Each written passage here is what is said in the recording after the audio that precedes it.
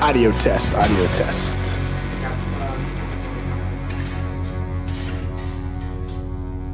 Hey. Hey. Okay, so I believe just working everything with the analyst here, making sure that our media is correct. I cannot see you though. Oh, you can't see me. Because I'm being a bad guy. Let me see. Oh yes, here, let me do this. I forgot I was using my OBS earlier. I was using it for something, so I forgot that I had that application still open. Okay. Did you check the link that I sent to you? The Ninja? Video Ninja? Yeah, Video Ninja.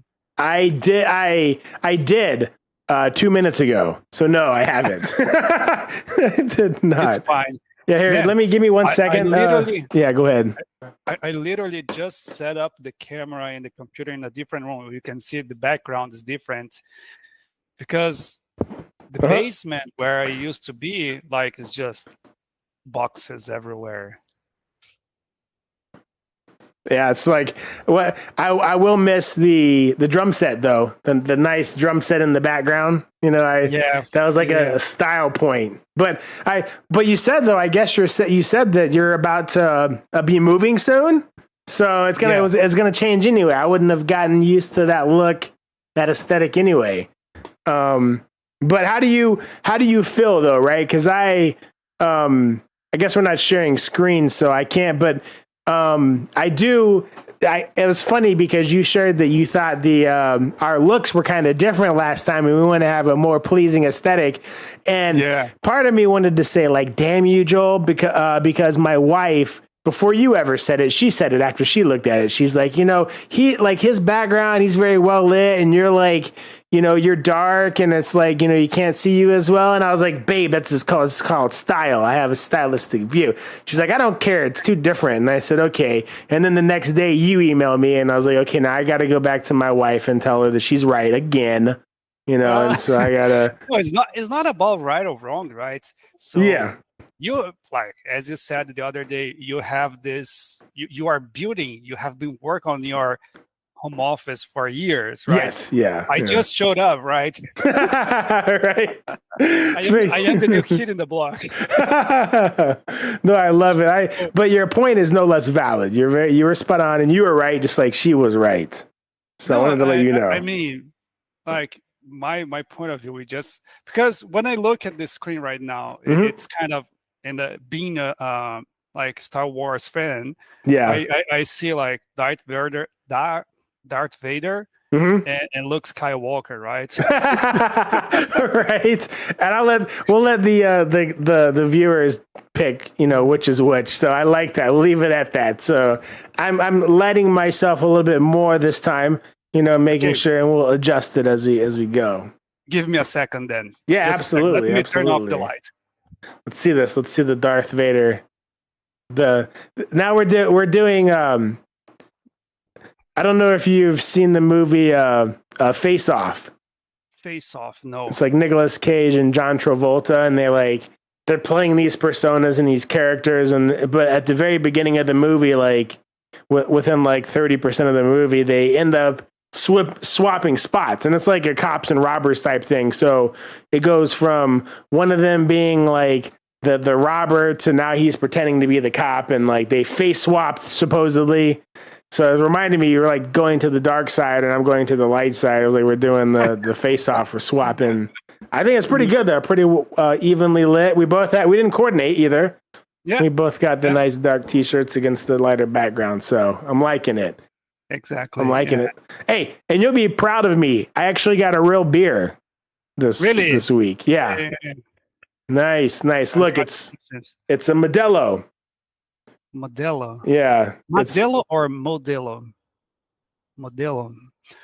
This look like a Spanish or Portuguese word. Yeah, as is Spanish. Modelo, and it has cerveza right above it, right? So Modelo, translating would be model, but the masculine model. Because in Spanish and Portuguese, we have this gender, right? Yeah, so Modelo versus Modelo. Yeah, exactly.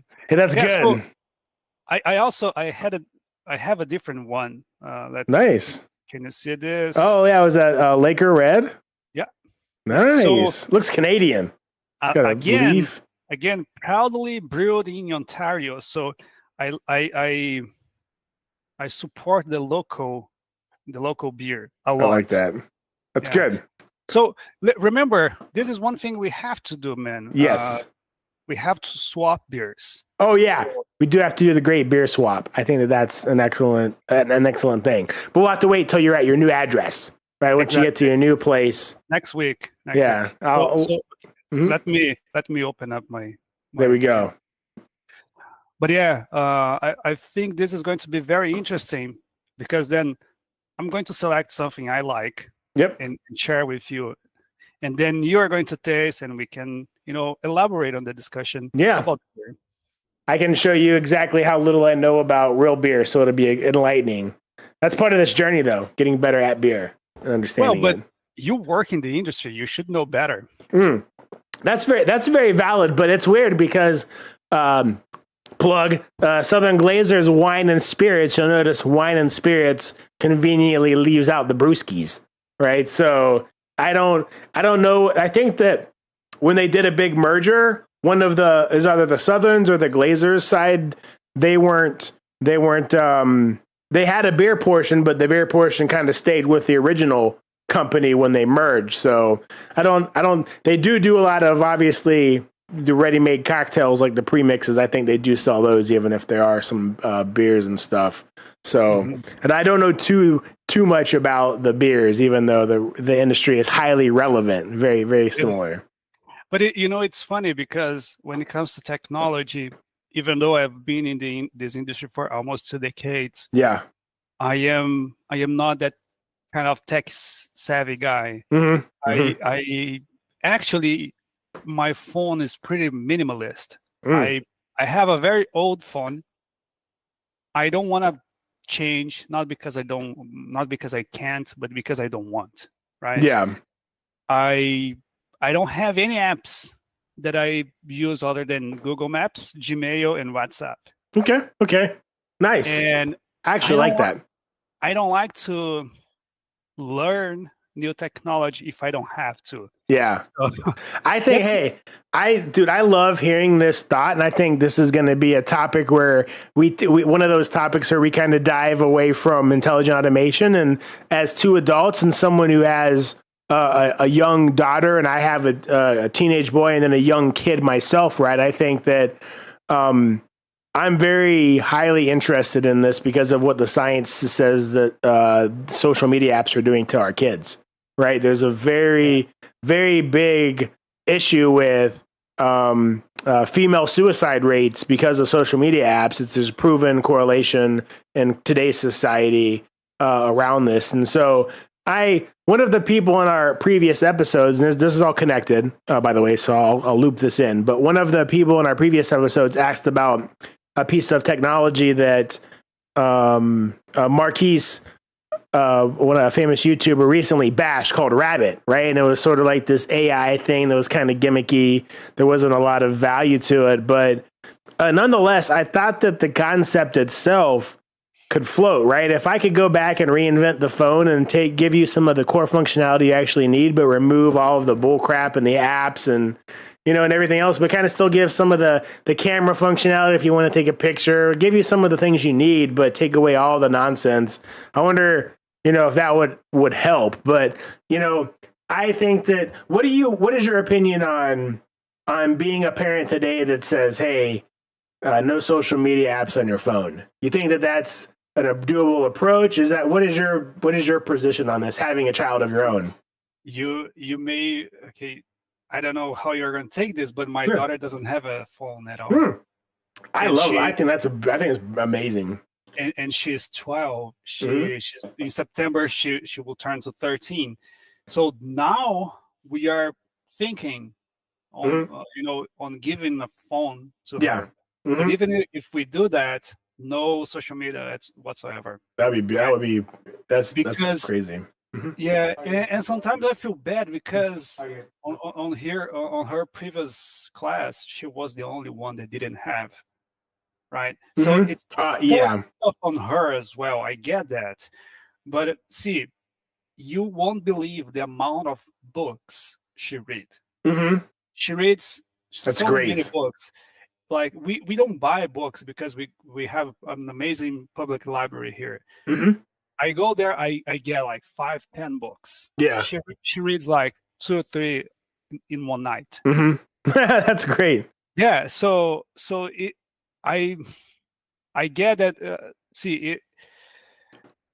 Actually, to be honest, my true opinion, kids shouldn't have phone whatsoever. Yeah. And social media should be only after certain age. Like, yeah. The later, the better, right? I agree. So because then they can explore the world in a different way, in a more personal way, right? More physical, get in touch with people, talking to people, experience things other than just scrolling on social media. I feel pretty bad, and I told you I struggled quite a lot with YouTube Shorts, and finally I got away from this, right? Yeah. So, and I'm very, very happy, to be honest, because I don't like. That was one of the things that I did because it was kind of addicted, Yeah, absolutely. That short satisfaction. That dopamine. Time, I was, oh my God, this is so dumb. Why I'm doing this? Oh, this is good. Oh, but was really tough. But finally, I got rid of YouTube on my phone. I don't have it anymore. But yeah, my daughter doesn't have. I feel that it's amazing for her. It's beneficial for her. Yeah, In one aspect, right? In one hand, you have this amazing time that she has with books, with other things, with interactions. But on the other hand, I get it that it is difficult on her because she is the only one that doesn't have a phone, right? But it's still, right? I think it is still worth it, the effort. Yeah, like it's a battle you have to fight, right? It came out when I recently read an article online that talked about that, right? It stated that, if this is the decision or a path that you want to make, you have to be aware that it does still have a negative impact on your children because they're going to be the one that's considered the oddball when they don't have access to it, right? And you have to be able to kind of defend your decision. I honestly think that the decision that you and your wife are making for the sake of your daughter is an incredible decision, right? It's not one that I think to be honest, I think that it's the most difficult decision you can make as an adult because it's easy just to do what everybody else does and let your children just succumb to being always online, right? You can't get away from bullying if people want to talk shit on you while you're at school and then when you go home, like they have that capability now. And I don't. It's tough, but from what I've only had the opportunity to meet your daughter when she stopped by the summit, right? And, as she interacted with everybody and just to see the personality she has. And it reminds me a lot like you, right? The sort of like very vibrant once you get to know him. And, and I think that, I don't know, it's weird. I would have had no idea that she didn't have access to social media yet. But when you say that, I can almost see like there's this obvious social personality that she has, and the way she interacts with people that I think the kids just are lacking nowadays, right? I think that they're literally lacking. And I've seen American teens like that I helped raise, right? That where I lived in a house when they were raised, and then I've seen them, they'll stop by in the summer and I'll see how they kind of interact with people, and then I'll see them on their phone, and it's just weird. I'm like, bro, I haven't seen you since you were like this tall, and you're here and you say 2 words and now you're just on your phone. And so, I get it. Like, I think that it sucks. It can suck, but I think that what the decision you made, it's funny. I brought this topic up having zero idea that you even were on that side of the fence, right? But incredible that you've done that. I think that it does have a value, and I definitely can see a positive impact. Maybe you got lucky and she's just that cool with people naturally, but I think that not being plugged into social media and having a high self-confidence and not really caring is great, right? I think that's a byproduct, in my opinion. So, and you know what? Last week we were in a dinner in a friend's house, and this friend of mine, he plays guitar, and he has the amp and the guitar. So she went down in his basement and found the guitar, and she plays acoustic guitar, right? But she have never played a electric guitar. Yeah. So when she got the guitar and felt the vibration of the amplifier, the amp, she got so excited, right? She played a lot, and she was changing the tones and whatnot. So she was really enjoying that time. So when we were coming home, we were talking, and then we told her, okay, if you had the option to choose between a cell phone and a guitar, like this one, which one would you choose? Guess which one she would choose. Guitar, I would hope. Guitar, of course. Yeah. Hell yeah, that's cool. So, when she said that, I thought, yeah, so maybe it's not that tough, right, on her, because she still wants to pick a guitar instead of the cell phone. Yeah, which is crazy, especially when that's one of those things that people might judge you for not having, right? And it could be, again, an easy decision. I don't know, man. There's just something to be said about instilling the power of delayed gratification, right? And working towards something or going through an uncomfortable time. I think that there's even science, right? I think I mentioned it on the last chat, the anterior mid-cingulate cortex, right? That activates anytime we do something we don't want to do or something that's uncomfortable, but it can grow, right? And so you can get good at like going through some uncomfortable situations. So that's cool, man. I think that's really cool. I hopefully I am able to do that with my 4-year-old when he's of age. We'll see. The other guy, our media analyst, he's too old, right? I can't. And once they have their greasy little fingers on it, you can't get them off of it after that, right? So you can if they mess up, right? If they mess up, I'll be quick to put them in. Dude, I remember. Hey, this is a joke to any parent out there who has a teenage kid. Like, if you want to see your teenager just crumble. He's like, don't tell him. You want to see him crumble, tell him you're going to take their phone away. They'll crumble. Yeah. They'll crumble. I can't need my phone. They need it. Teenagers love their phones once they have them. That's a true story. And in this topic, this week I was listening to the radio because I still listen to the radio. That's where I get my news. Yeah. That's how I get my news. And then there was this article the guy was talking about. There's an increase on sales of flip phones, right? Not smartphones. So of course, smartphones is still like majority, almost 99%. Yeah. But there was a spike of 25% on sales of flip phones, right? So there's interesting. We can see this in many different lenses, right? Yeah. So it can be like elderly people, right? They don't want. I probably will not want a smartphone when I get one, right? Dude, you say that, and all it reminds me of is like when the phone started to get smart and me seeing my grandparents with them and them like, trying to teach them how to use like MySpace or something, right? It was just very hilarious. And I don't want to be, I might be with you in the camp that I don't want to have a smarter phone and AI phone when I'm older because it's just going to make me look like a fool, with the kids. Like, what? You don't know how to. Yeah, but who knows how the technology is going to be, in like, probably won't even be phones. I am 37 now. Like, I don't know, 30 years from now, like when I'm going to be 67, 70 years old, man, I was listening to a podcast and it was so amazing. This guy that got implant on his head. How is it called? Oh, they're like the you're talking about the Elon Musk's exactly. Link. How is that called? Neuralink, right?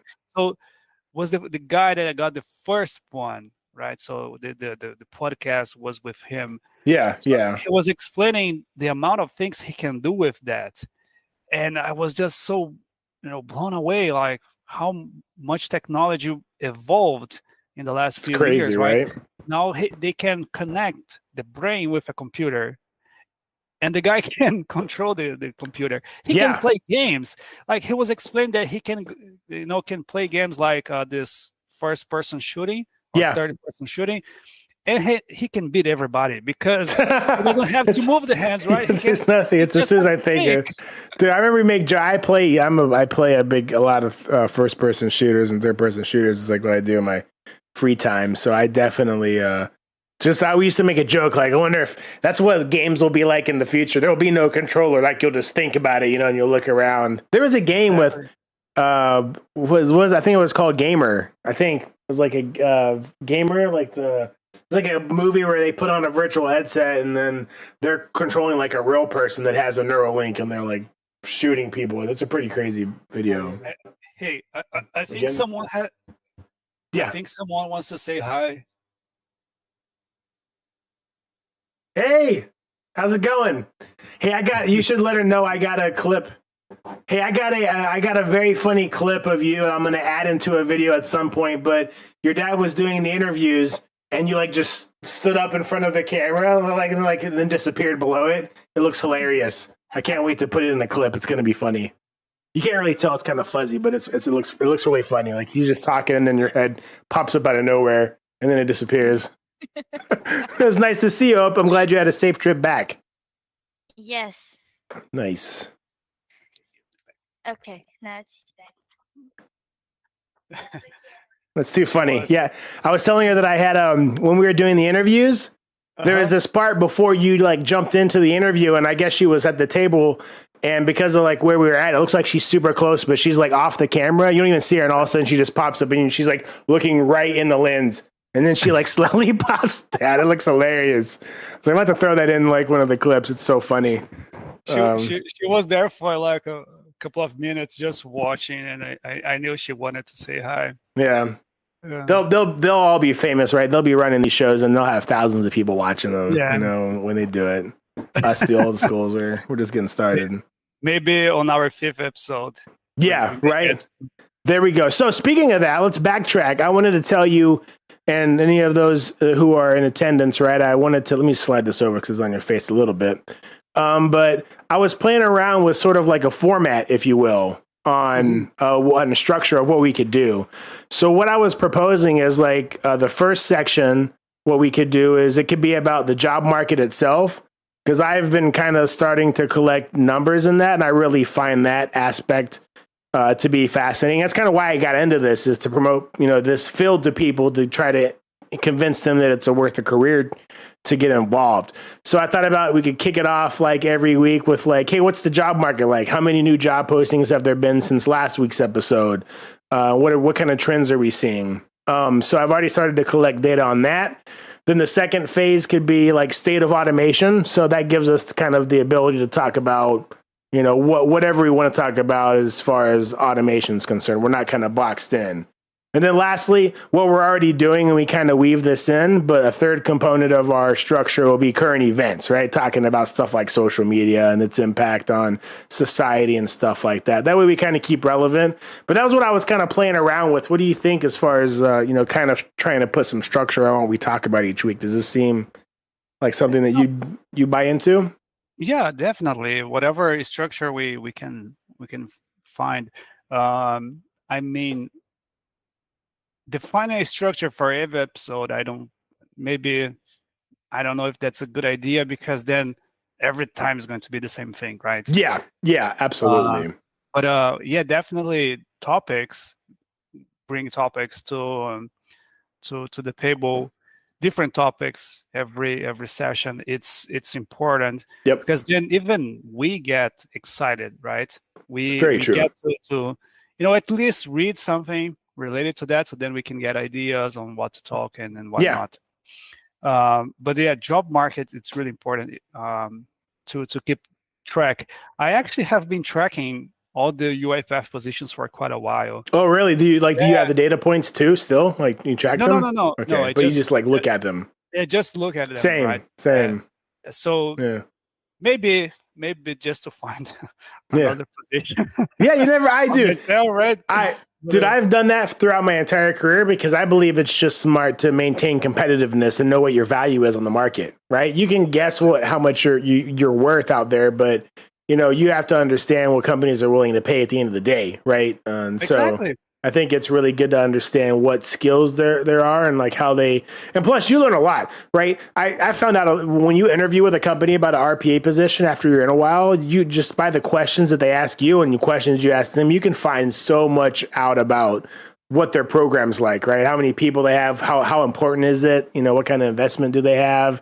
Do they have the right team? Are they just driving everybody into the dirt, right? So, yeah. And also with by monitoring the positions, the opportunities we have globally, we can also see the trends on the technology itself, right? Yeah. Because they're not going to hire if if they don't have projects, right? Yep. Absolutely. They're not charity. They're not doing charity. Yeah.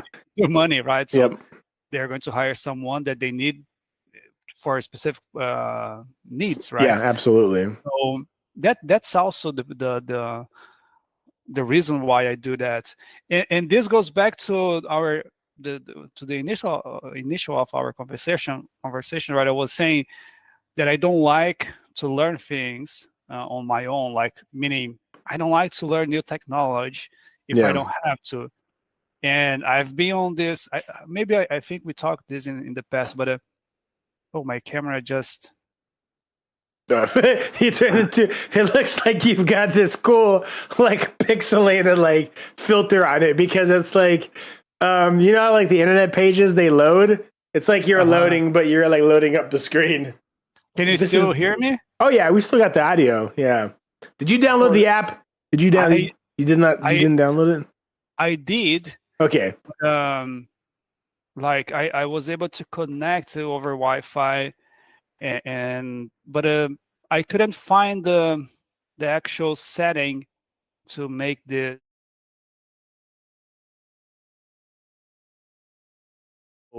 open up that application and then you'll click like start. There's some sort of way like once you open the app to actually connect the app to the camera where you can see the image. And then once you have that open, you're just good. You just minimize that application and it stays on. Otherwise, it just goes to sleep. Right now, you can get around the go to sleep if you remember to like go up there and like maybe just touch a knob or hit the picture button. It'll take a picture, but then it'll like reset the sleep timer. But yeah. I will do this. I will do this more often. But it's an app. The app is the easiest though, because the app is once you connect it, you just minimize the app and it never goes to sleep. That's a weird thing that people. It's back before people were using nice cameras for webcams, So, back to what I was saying. Mm-hmm. Like, because I am the technology space for quite a while, so I always get to a job and then I think, this is the last thing that I'm going to learn, and then I'm going to settle down, get in my comfort zone. Yeah. And then something's going to happen. Something happens always, right? Yep. Your company may be sold, your product may be done, and then you have to move on, learn something new. And that is the trend since I got into this area. And man, like when I got to RPA, I finally thought, okay, I know this is not the last thing that I'm going to learn, right? So I have to keep up and I have to keep learning. That's it, right? Mm-hmm. Yeah. There's nothing that I can do. Yeah. If I just stop, I will be that old mainframe developer that don't know anything else. Yep. That maybe find a good job, and if they do, they will get really good money. But if they don't have nothing to do, right? Yeah, it's gonna be rough. I've known those guys. I love mainframe, by the way, right? Yeah, it's very powerful. I did some mainframe coding back in the day, but man, there's still jobs, right? But rarely you see them. Yeah. And a lot of those are terminal, right? Unless you want to be that guy that's sort of like a freelancer and just has a few accounts, right? If you're not willing to keep up, it's just, and that's the thing too, growth mindset. It's also, learned helplessness is a true thing, and there's people that just don't have that ability, or they haven't learned the ability to like retrain themselves or get through that. But it's hard. Like as much as you want to get comfortable, especially if you work in the high tech space, not just IT. Like we work in the high tech, which is the frontier. The frontier continues to move. Right, that's the whole thought of high tech. Right, you're working on the fringe, and so it is definitely an adapt or die. But I think the lucky thing about what I've seen over the last 10 years, and this is why when people will talk about RPA is going to die and Gen AI is going to come in and destroy all this, like why I think it's funny because I've seen how long it's taken just for RPA to evolve, and for companies that there's still so many companies that don't even have RPA yet. Right, exactly. Believe it or not. And so like people like, oh, Gen AI is I'm like, dude, it'll take decades. So one good thing about not working just in IT, but being in high tech is that unlike traditional IT and coding languages and high tech, if it's a solid software, at the end of your career, you can eventually put stakes in if you've stayed up with it, because it's not like in UiPath in 10 years, if it's still the leading industry software in 10 years, like at that point, you can't say, hey, I'm not learning anything else. Like I'm just going to maintain this, and you'll have a job till you're done, right? Yeah. It'll be high tech will still be around, but like, we're at the front of the wave. I think that's why.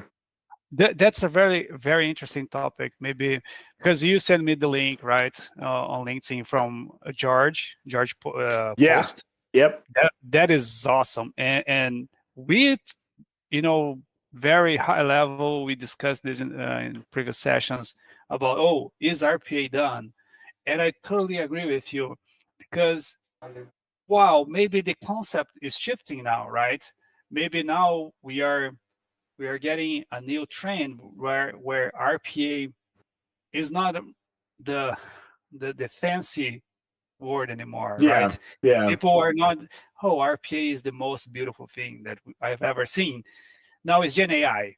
Yeah, it's a new catchphrase. Yeah, it's a new. Yeah, Gen AI is everybody's doing Gen AI, right? Mm-hmm. So it's fancy, yes, but it's also like, okay, just another Gen AI. Yeah. At the same time, right? And man, what you said is, I agree totally with you. Like, there's so many companies that don't even have RPA, right? The market is so wide and so open. There's so many opportunities, and companies like big enterprise banks, like, to get to a point where they approve AI in their systems is going to take ages.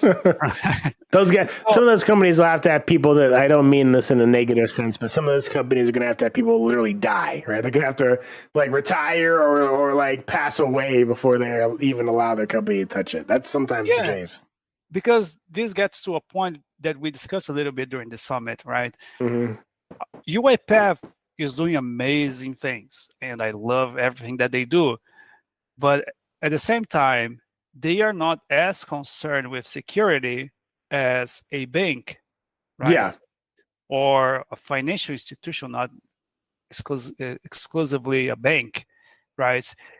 Any institution that handles credit card information, for example, they have to obey or to follow the PCI standards, right? Which is one of the most secure standards that I've ever seen. Yeah.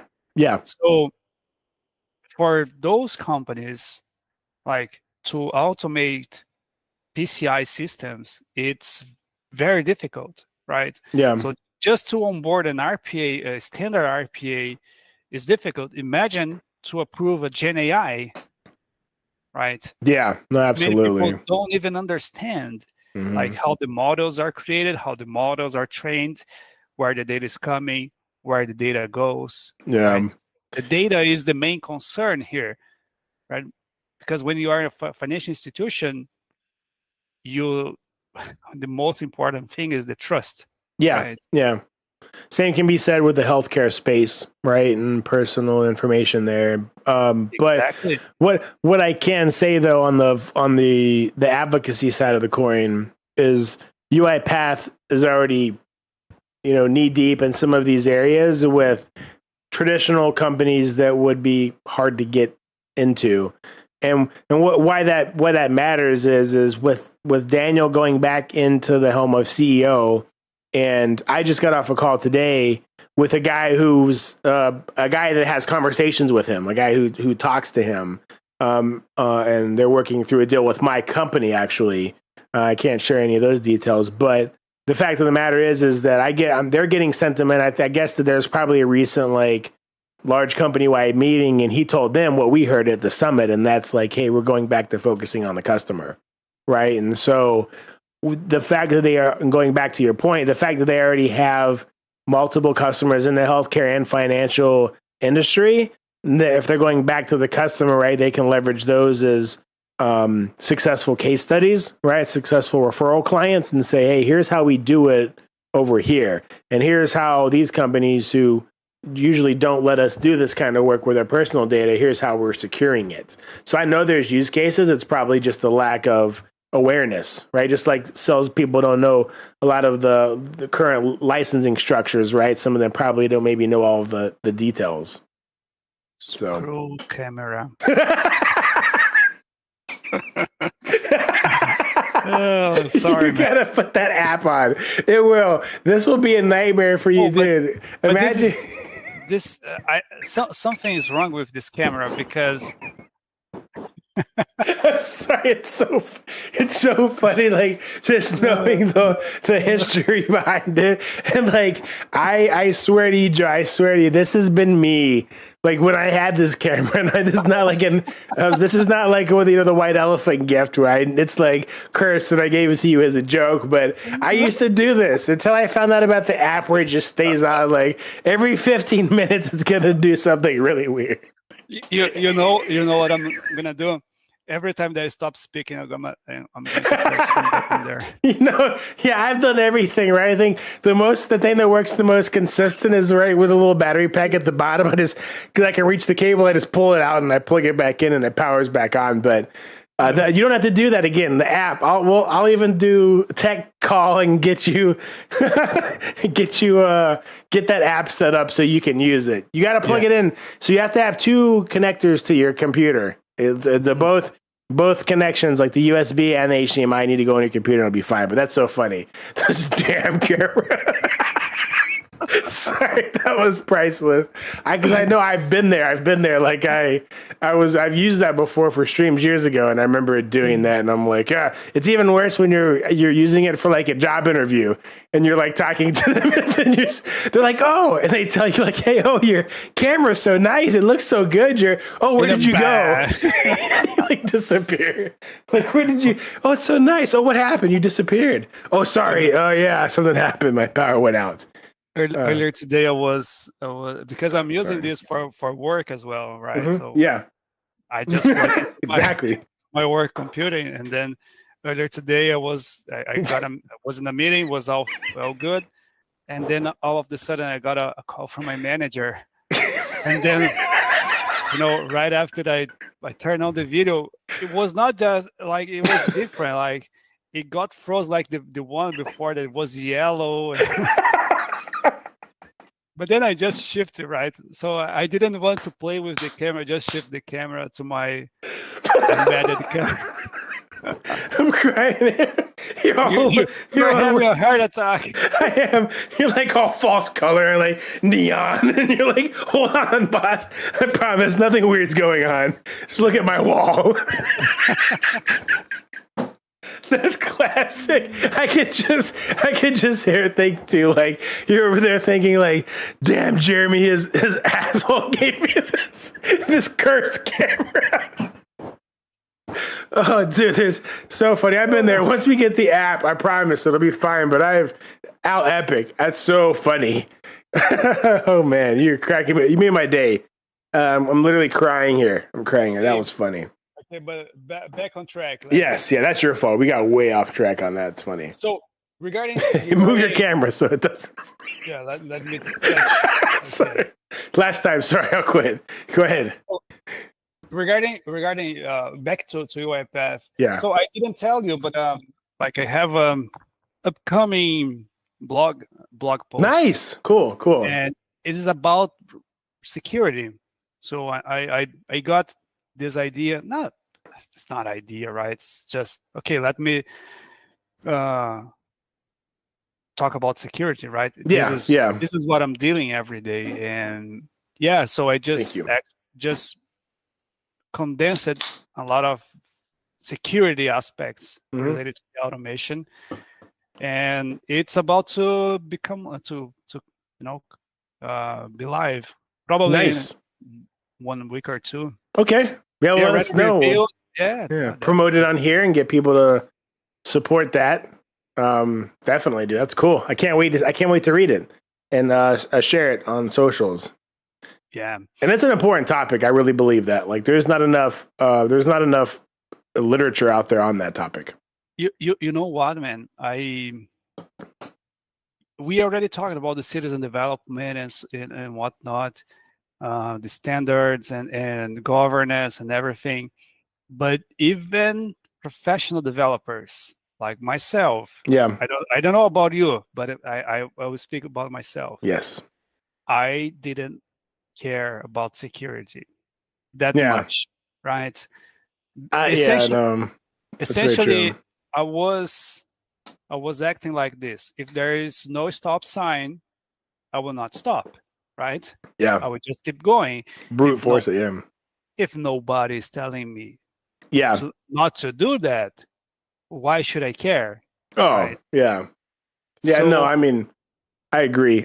We just the two thoughts on that. Like, when I started, there was no reframework. So security was just like, security was left at the whim of whoever was building it, and we weren't taught anything. So definitely hard-coded values where they shouldn't have been, using passwords like we shouldn't have, non-encrypted passwords, passing them through, non-encrypted strings and stuff like that. The only thing from a security perspective I'd say that I always had buttoned down was coming from the analyst or process engineering side, as I always was heavy into very well articulated logs, right? So everything was annotated. This is not security. This is audit. Yeah, it's definitely audit, but you could tell how secure the rest of your solution. Well, at least let's put it there was traceability from a security perspective on what my bot was doing. You knew the hard code values because you would see them. It'd tell you that it was using them. Yeah.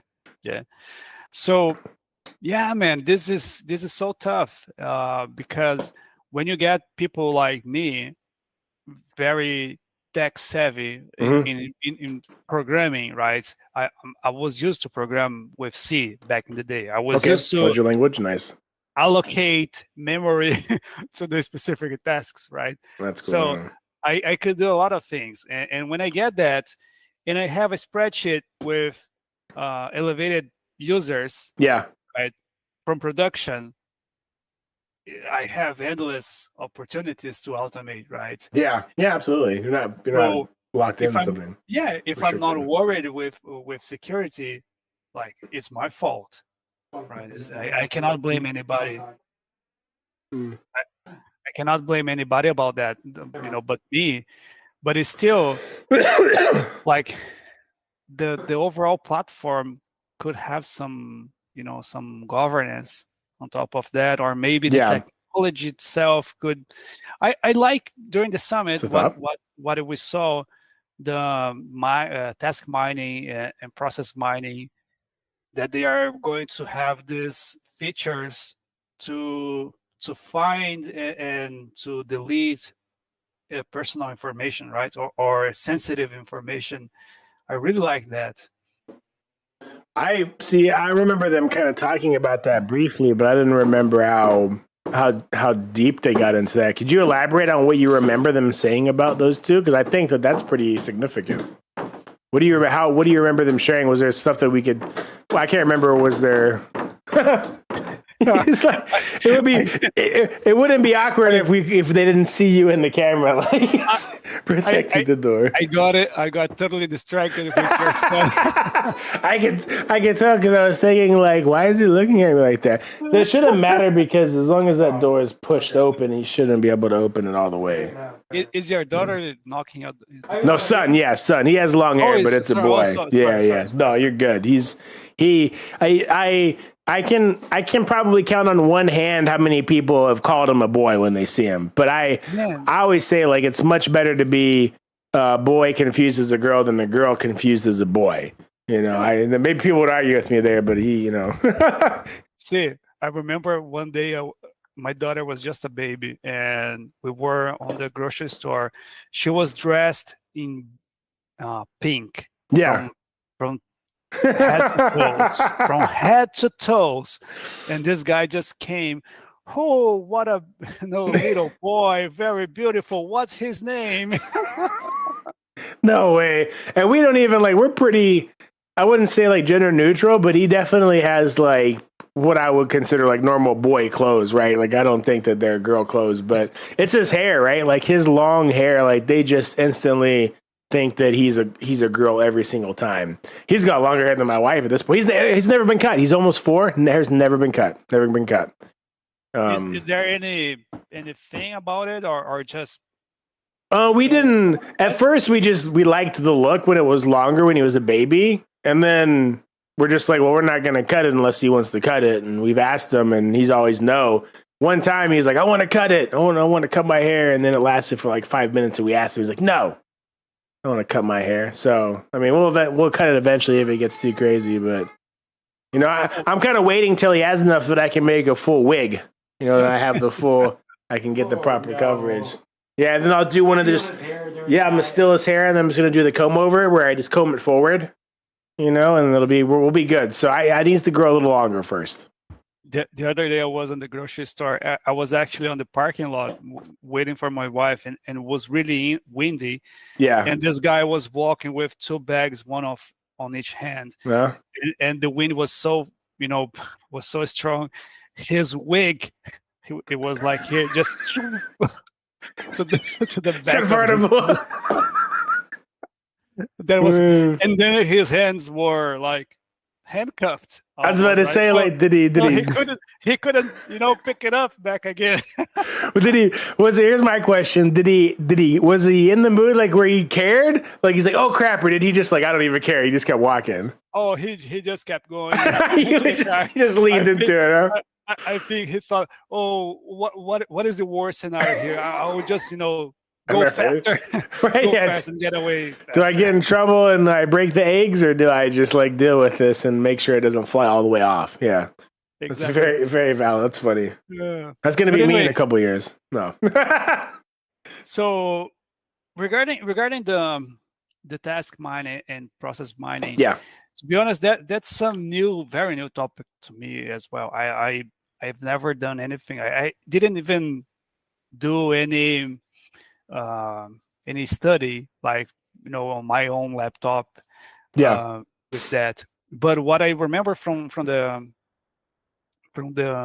summit, because they are having this process orchestration, right? Yeah. And I really liked the idea of process orchestration, because now they are moving from simple RPAs or citizen development to end-to-end automations, right? So they are kind of shifting their perspective or their focus, sort of. Their focus, right? Mm.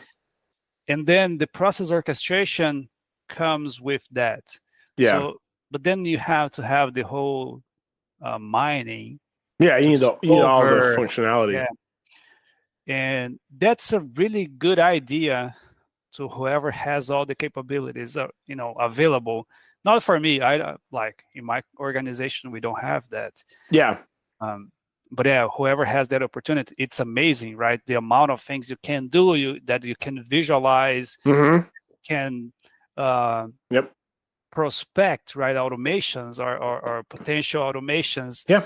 That's really awesome. But see, when goes back to the security, right? Yeah. When you are mining information within the company, right? You have to be very thoughtful on the information you are gathering, right? Yeah. And storing. And that's extremely, extremely relevant, especially again, back into PCI, to PII, to health, health organizations. So those kind of information like, it's not that they are valuable. They are what would be the word, appropriate word? They are. Oh my God, I'm It's very, lacking the it's like words. very important. I can't even think like the correct, like how you classify it, but I get what you're saying too. And it's even different for different organizations, right? Like you're saying like a financial institute and what data belongs in that category would be different than, my organization that deals in distribution and versus manufacturing company, right? So there's different ways that you got restrictions or companies that might view it restrictions differently. Yeah, but anyway, regardless the data, like they were saying that there's going to be a feature that you can put to identify this kind of information, right? Yeah, And then like a tag almost. Yeah, eventually you just pick it up from the database and purge. Yeah. So that's awesome, right? Because you are not being reactive, meaning you're not waiting to someone like another person find a problem and then you react. Yeah. You are monitoring your database and proactively getting rid of the data you don't want there. Yep. So that's excellent. That is an awesome and very powerful feature that I would advocate as much as I can, because that's what I feel it's lacking on the current version. That's good. That's a very good call out. And I remember you kind of pointing out some of those gaps in the product when we were at the MVP Summit. So thanks for recovering and reminding me. I forgot, probably because my ass was messing with my camera when I should have been listening at that point. We don't use the process mining and task mining as much, so sometimes I might have checked out. But nonetheless, though, some of the points you made are incredibly valid. And I, even behind the scenes, when they were talking about some of these global tags that they were able to use now to kind of, that maybe we didn't know that were there already some sort of functional identifiers in the back end of our orchestrator instance that allow them to kind of track some of these data. So I thought that was really cool and how they plan to leverage that in insights and in, process mining and task mining. So very, very important and well needed improvements, on the software. Absolutely. Because today, if I had that option, right, to kind of a sentinel, right? Yeah. That is going to keep, watching for whatever I want. So I'm going to say, watch this database. Whatever you see that fits in this criteria, delete it. Right? If I had that ability today, it would make my life so much easier. Right? Do you think you'd be able to scale easier and like do more solutions with that too? Or is it just, potentially, a function of... it would help to scale, right? Because it would make easier the whole security analysis of the automations, right? So it would decrease the risk, the inherent, or how do they call it, the residual risk of the automation. Yeah, very true. Yeah, right? Absolutely. So then people would be more comfortable in signing off an automation or signing off the platform as a whole, right? Yeah. Because today, the problem that I see, especially with the standalone on-premises or even automation suite, like one of the problems that I see today is that the platform, like I as a platform, I don't own the data, right? Yeah. So and I can say, no, I don't have any personal information or credit card information, right? The automations may do, but I don't, right? Yeah. But then that doesn't count, right? Because still, eventually a developer is going to very dumbly will create a log with a credit card, with the 16 digits credit card information there. And that is going to just screw the entire platform. Yeah. Right. We don't want to do that. I can't even imagine.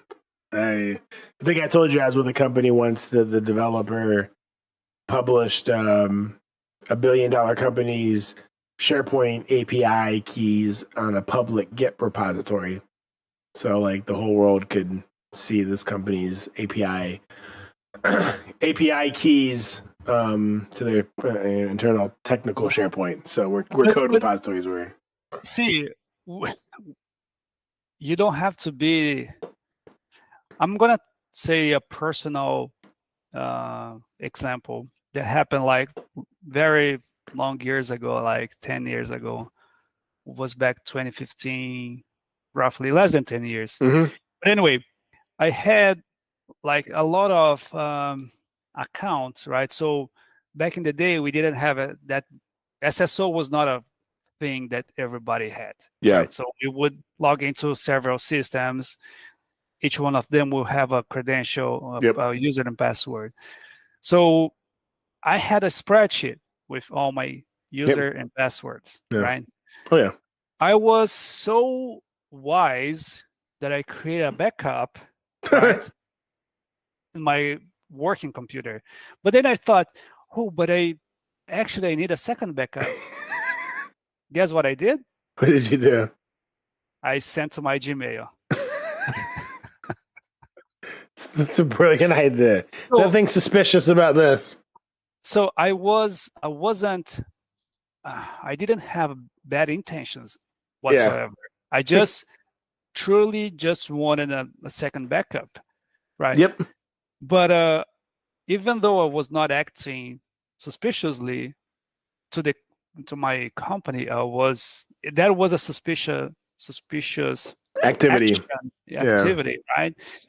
And no doubt it, right? They caught me. Yep. They're I had to explain, I have to prove, I have to do trainings, right? Yeah. All those mandatory trainings that everybody do.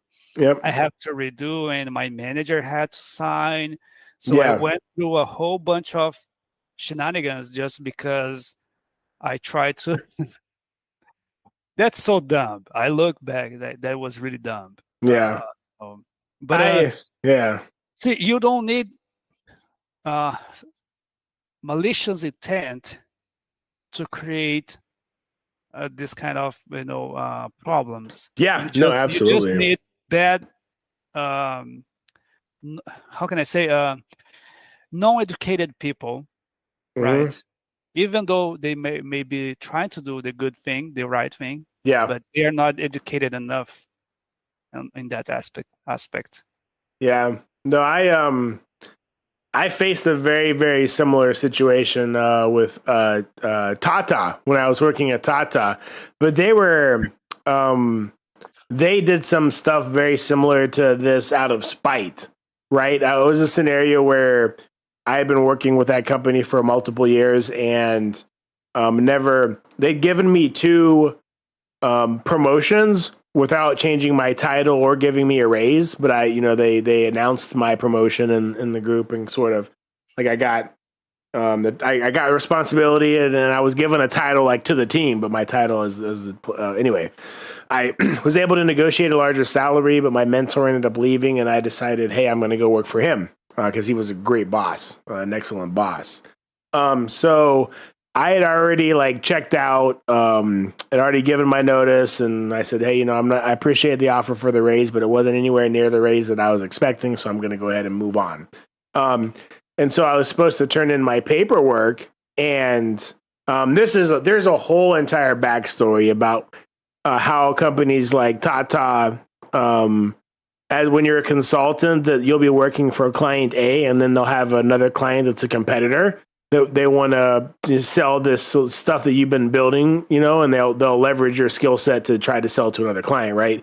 And they won't want you to tell your customer, right? And so they'll have you doing stuff and working on the side for proposals, RFPs that come in, and literally working on this stuff. You'll be sending them, like you were saying, sending them between your email and my TCS email and my USA email as I worked on it throughout the day.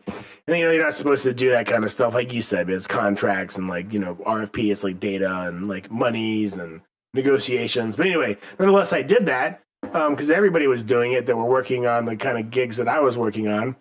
when I went in to go give them my badge, I ended up meeting with HR and then like another manager, and they basically said, "Hey, during our final review, we reviewed your account and it was flagged because you were doing this stuff. You violated security policies by sending emails, back and forth." And I was like, okay. And it's sort of like this weird blindside, but they tried to basically get me blackbarred from working with that customer because I left.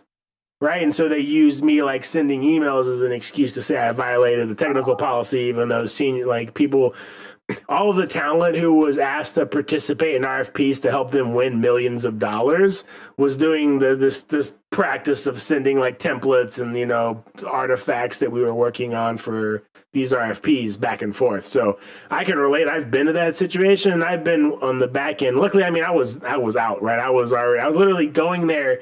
They told me this when I'm there, turning in my badge, leaving the company, like my last day. I was working remote and I came in literally just to give them my badge. I wasn't even going to go in. I'm like, dude, I'll burn the badge. I don't need to come in just to give you guys a badge. Just say I lost it, or whatever. But then they were going to charge me. I'm like, okay, fine. You're not going to charge me $50 for a badge. I'll come and drop it off.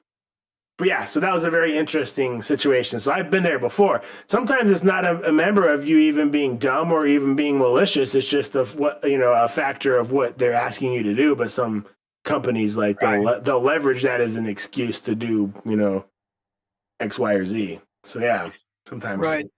But then back to you. Let me press the picture button. There we go. There you go. I was forgetting. It was when you turned like stripes and you said, "Damn camera, dude!" I'll never forget that. I laughed. I was crying. That was epic. So, but then I lost track. But back to the security. Well, you have so many different scenarios, right? And then when you don't have to rely on processes or on people, but rather you have the technology piece, backing you up and doing this kind of thing.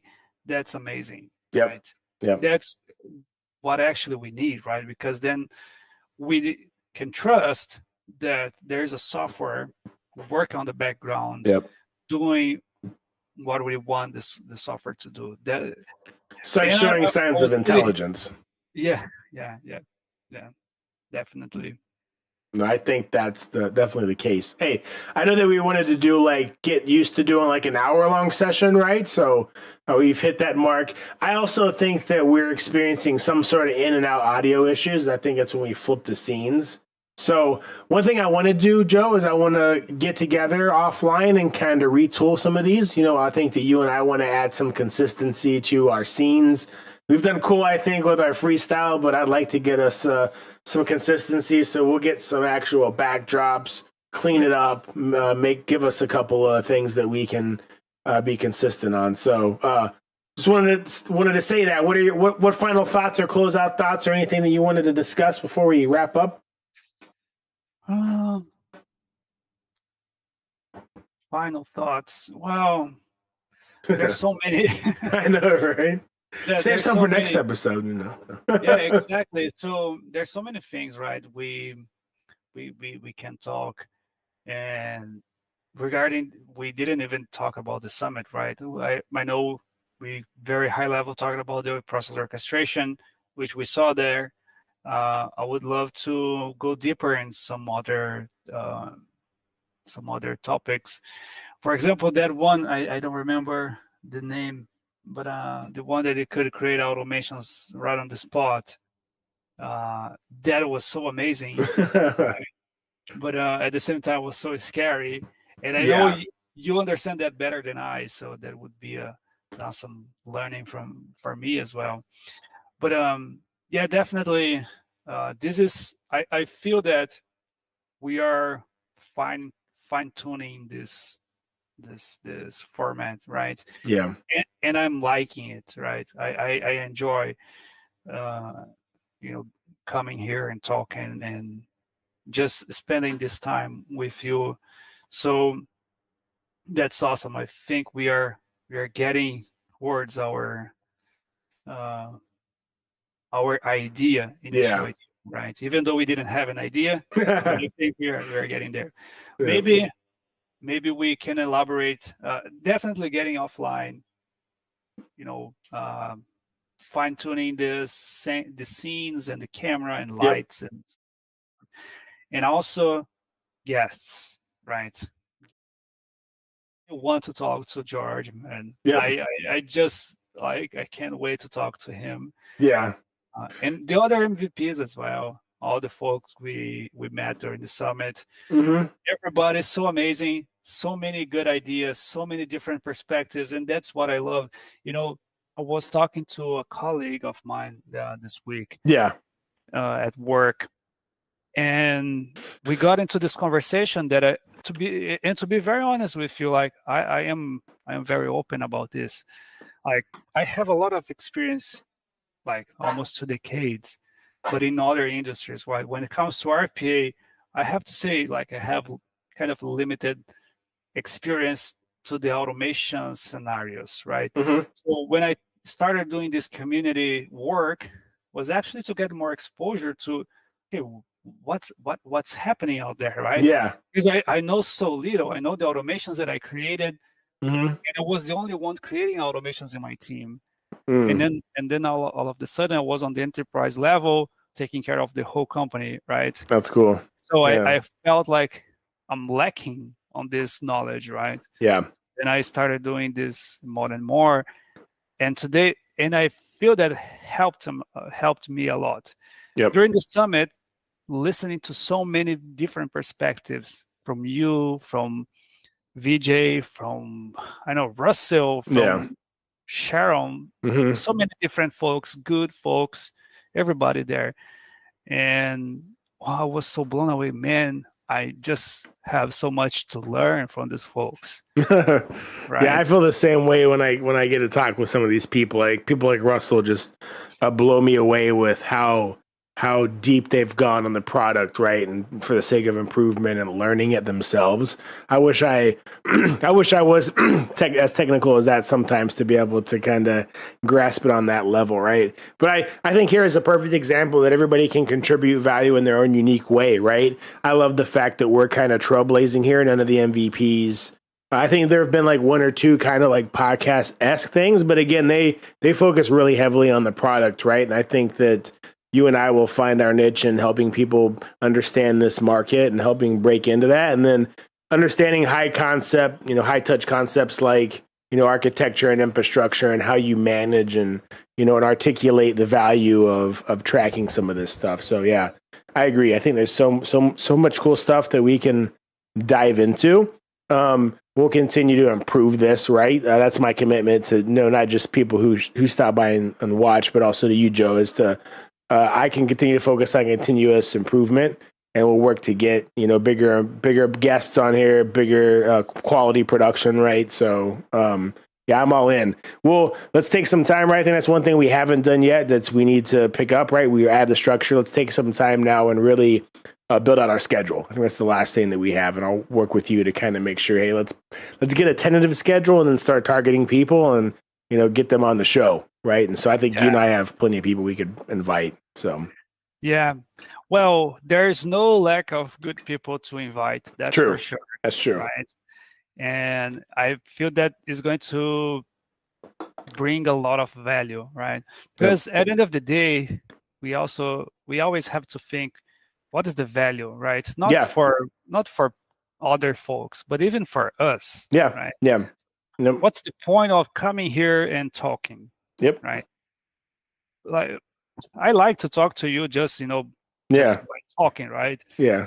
But this is more than just friends talking. Exactly. Yeah. I agree. I think that question has to be there. What's the point of us being here doing this live on YouTube? Absolutely. I agree.